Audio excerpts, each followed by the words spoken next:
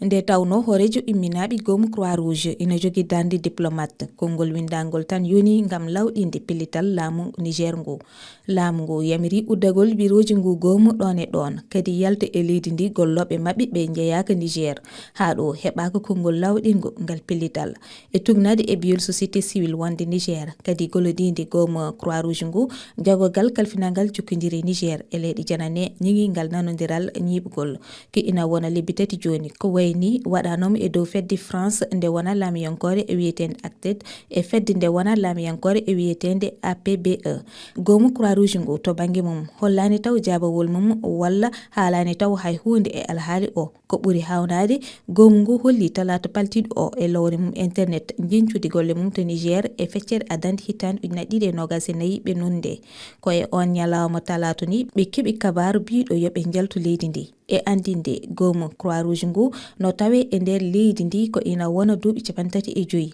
e ngu jogui biroji to Difa, Tilaberi e Tahoua. Gomu ngu ina weltori wallude yimɓe ko ɓuri 120 lorinoɓe e fitinaji kono hitande 2023 toon to Niger.